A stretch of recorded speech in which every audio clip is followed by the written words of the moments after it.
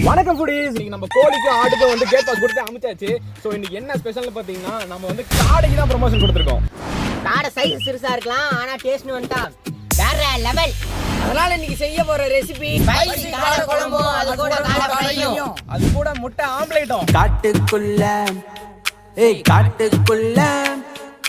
காட்டுக்குள்ள 3 பேரு சமைக்க வந்தோமே, சமைச்சதெல்லாம் ருசிச்சு பார்த்து பாட்டா தந்தோமே, கேக்கும் உங்க காதுக்கெல்லாம் தேனா வந்தோமே, பாக்கும் உங்க வயிறுக்கெல்லாம் பசிய தந்தோமே. உங்க வீட்டு புள்ள ருசிதா எங்க எல்ல, மேகம் மாறி மழைய போல தூவ போறோம் உப்ப மேல. உப்பு போட்டீங்க அப்படி கக்கிது.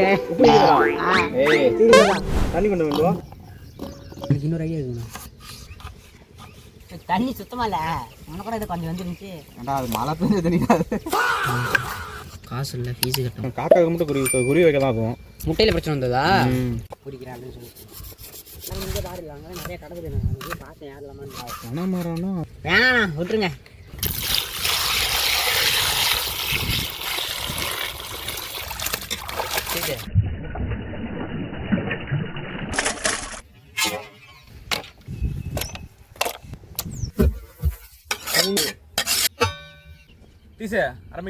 ஆரம்பிக்கலாம்ண்ணா. ஓகே ஓகே போதும் நிறுத்து. இப்படியே போட்டலாங்கிறியாடா? இப்படியே போடலாம்ண்ணா. அடிச்சா கூட இது பண்ண மாட்டியா ராஜே? நல்ல சைஸான கடையா இருக்குது இந்த டைம் வாங்கினது. இங்க பாரு தவளை மாதிரி இருக்குது பாரு. போடுங்க தவளை மாதிரி, அதான் நாஸ்க் வாங்கிக்கலாம். தவளை கறி நினைச்சுக்காதீங்க. உண்மையில பாரு தவளை மாதிரியே இல்லை பாரு. லைட்டா இருக்கும்ல, கழுத்து மட்டும் நீளமாக்குவோம். கோழியை உரிச்சாலே அப்படி தாண்டா இருக்கும்.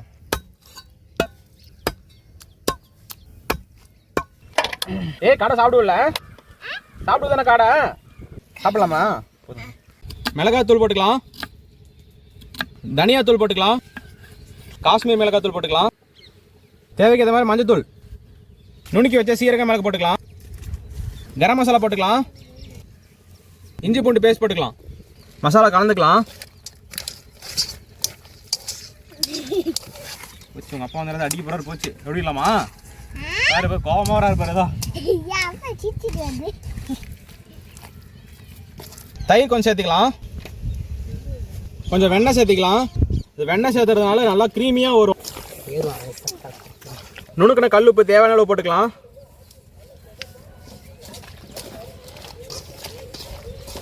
ஒரு அரை மணி நேரம் நல்லா ஊறட்டும்.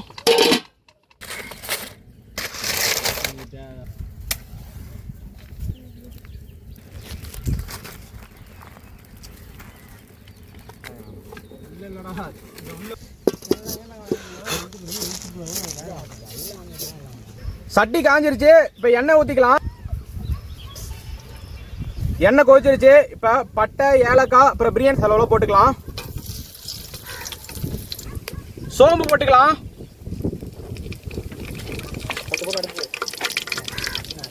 கருவேப்பிலை போட்டுக்கலாம்.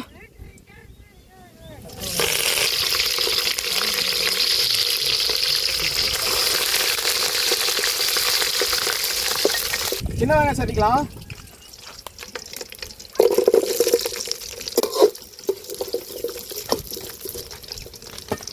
பச்சை மிளகாய் சேர்த்துக்கலாம்.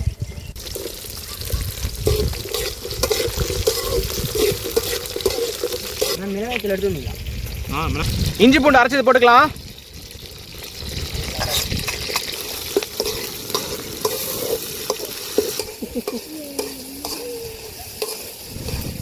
இஞ்சி பூண்டு போட்டாலே வாசம் அப்படியே வருது. வாசம் அடிக்குதான் உங்களுக்கு வருது. இந்த சின்ன வெங்காயமும் இஞ்சி பூண்டு பேஸ்ட்டும் போட்டோன்னு அப்படியே ஒரு வாசம், ஃபர்ஸ்ட் வாசம் வருது பாருங்க.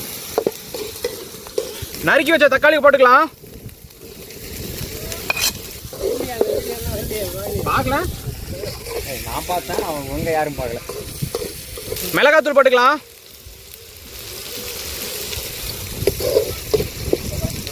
தனியாத்தூள் போட்டுக்கலாம்.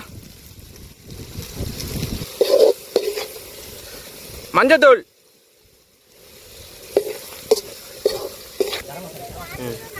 சீரகம், மிளகு நுணுக்குனது,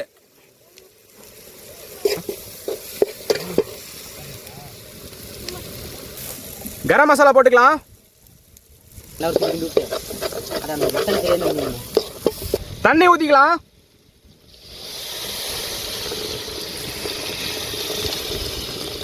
ப்ரோ கல் உப்பு தேவையான அளவு போட்டுக்கலாம்.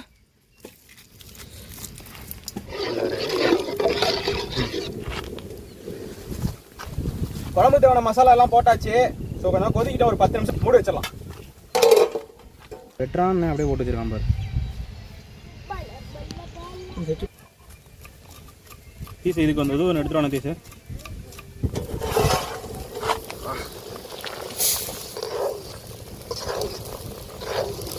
ஐயோ அண்ணா தெரிய வேணாம் அதில்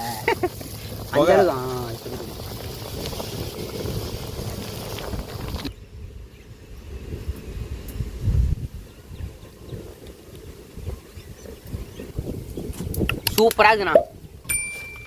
நல்லா கொதிச்சிருச்சு, எண்ணெய் பிரிஞ்சு வந்துருச்சு. காடையை வந்து போட்டுக்கலாம்.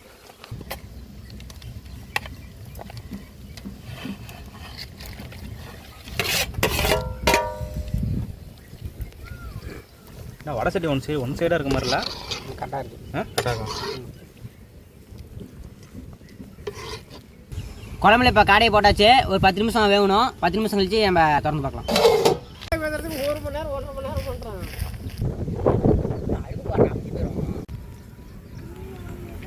வாங்க கொதிச்சு தானே பார்க்கலாம் வாங்க. ஏடா உனக்கு என் கரிச்சி தான் கிடைச்ச சட்டி பிடிக்குது உனக்கு. பயங்கரமாக கொதிக்குது.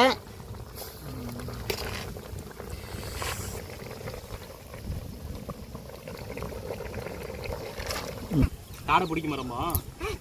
எப்படி சாப்பிடுவேன் இதுலையா?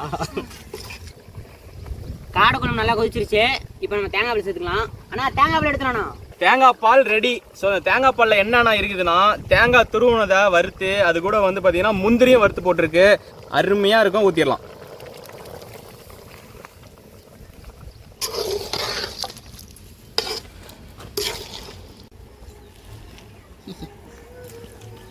குழம்பு நல்லா கொதிச்சிருச்சு. இப்போ நம்ம இறக்கிடலாம். என் கரிச்சி என்ன வேலை பண்ணுறான் பாரு. கரிச்சி வச்சு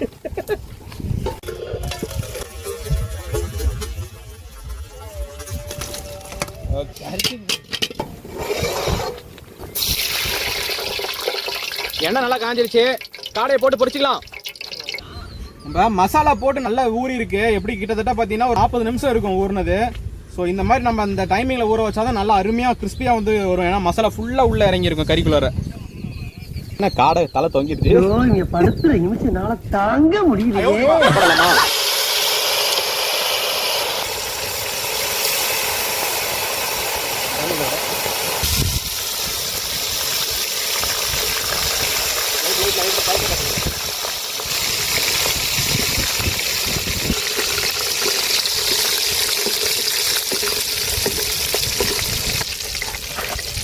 எல்லாம் அருமையாக வந்துருக்குது.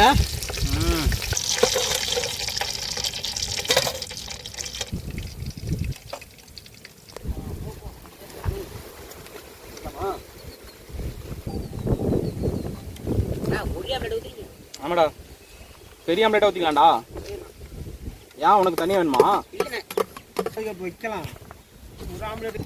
காடை வந்து எல்லாம் பொரிச்சு எடுத்தாச்சு. நம்ம இப்படியே சாப்பிடலாம். நல்லா அருமையாக நல்லா கிறிஸ்பியாக இருக்கும்.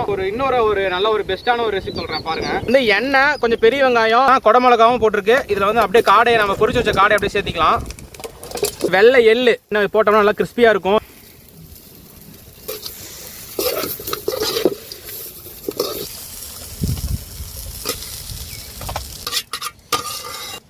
கொத்தமல்லி மலர்த்தி விட.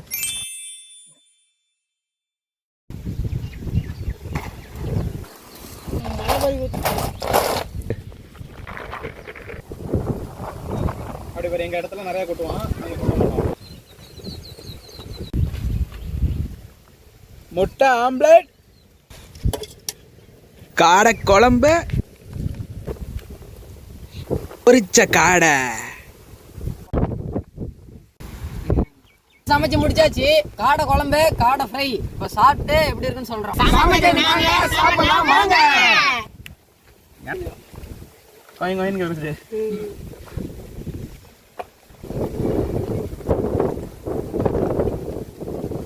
நல்லாக்கா?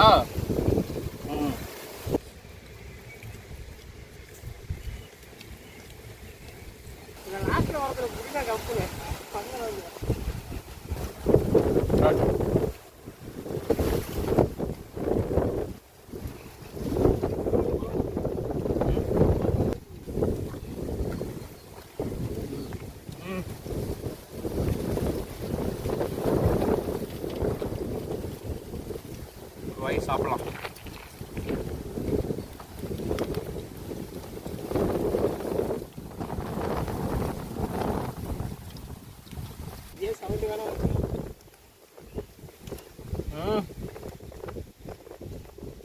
அடிப்பொலி.